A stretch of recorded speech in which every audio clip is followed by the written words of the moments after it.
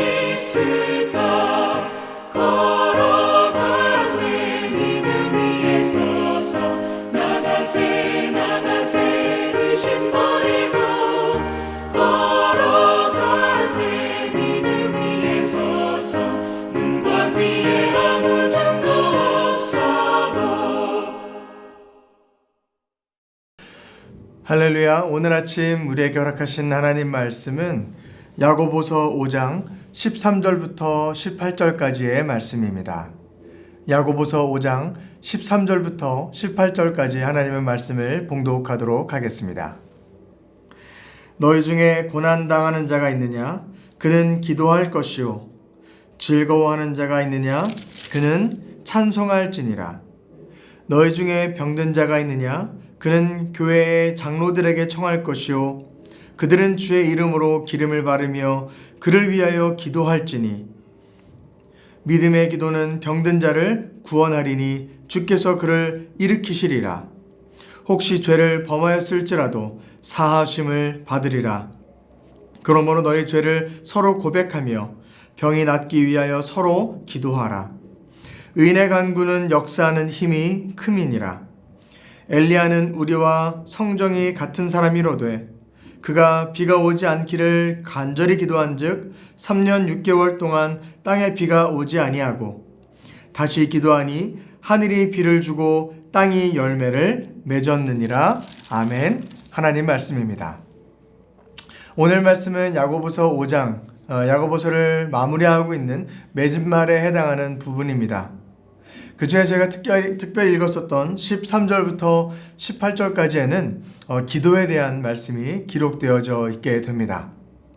먼저 나오는 13절 말씀을 다시 한번 읽도록 하겠습니다. 13절에 이렇게 기록되어집니다. 너희 중에 고난을 당하는 자가 있느냐? 그는 기도할 것이요. 즐거워하는 자가 있느냐? 그는 찬송할지로다 라고 말씀하고 있습니다. 성도의 삶에도 늘 행복하고 복된 순간만 있는 것이 아니라 어렵고 힘들고 지나가기에 견디기 참 어려운 일들이 분명히 찾아온다라는 것이죠. 지금 캐나다에도 겨울이 찾아오고 있는데요.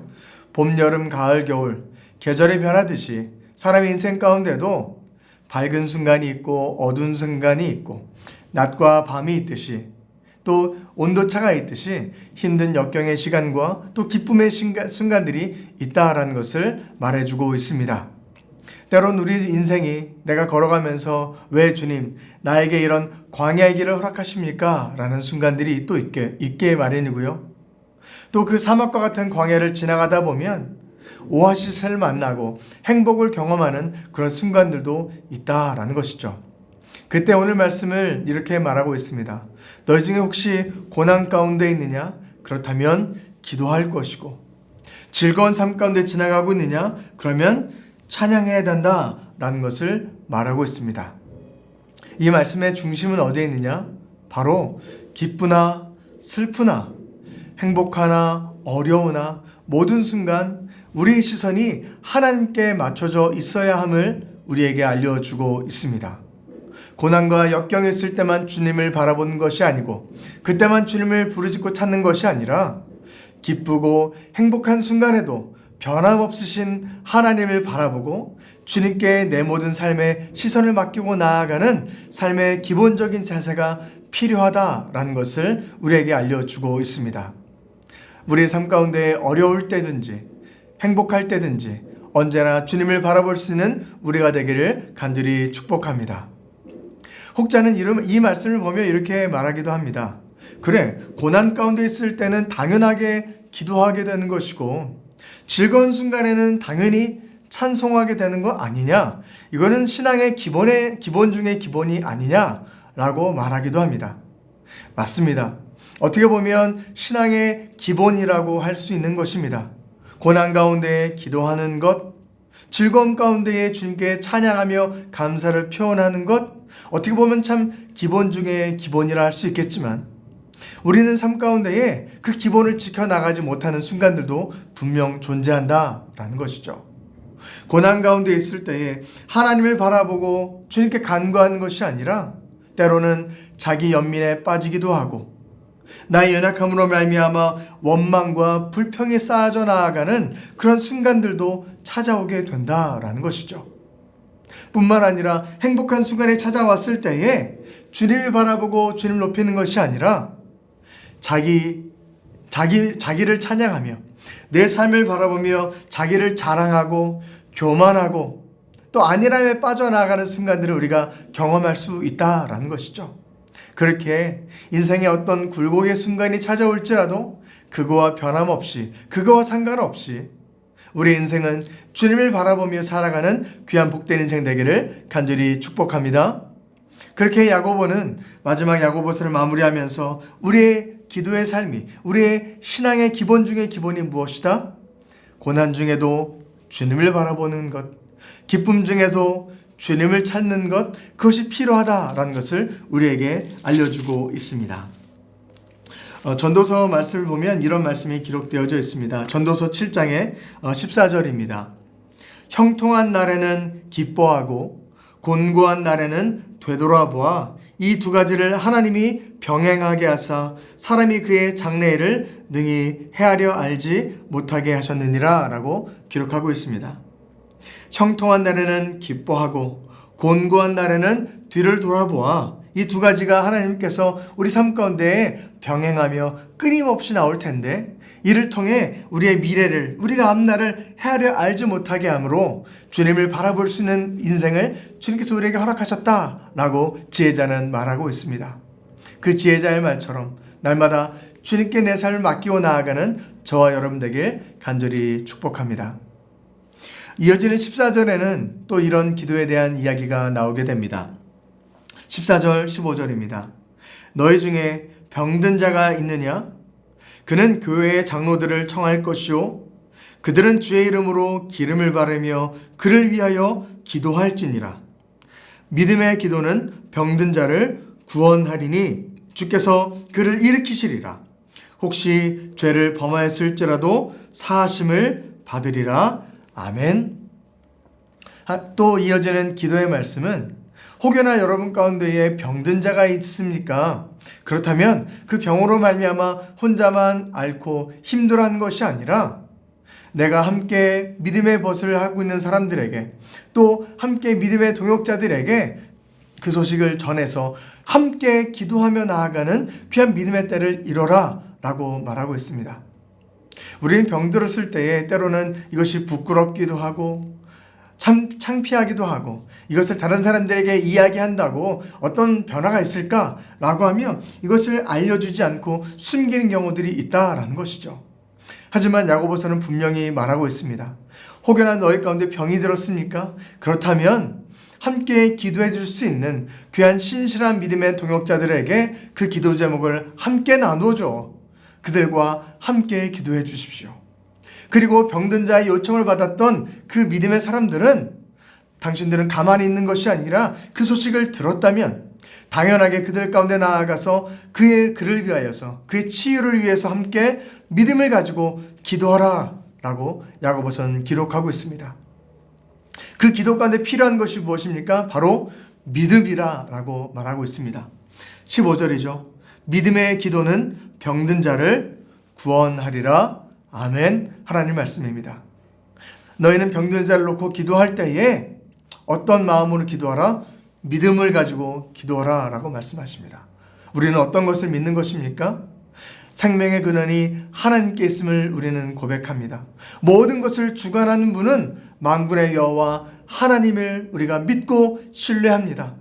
하나도 의심하지 아니하고 하나님을 의지하는 마음으로 신실하신 주님을 붙잡는 마음으로 우리가 믿고 기도하오니 이 병든 자를 하나님 어둠에서 나음으로 빛 가운데 다시금 회복될 수 있도록 인도하여 달라고 믿음을 가지고 기도했을 때에 그 병든 자가 구원을 받을 것이고 어려움에서 병을 낫게 될 것이라고 주님께서는 우리에게 말씀하고 계십니다.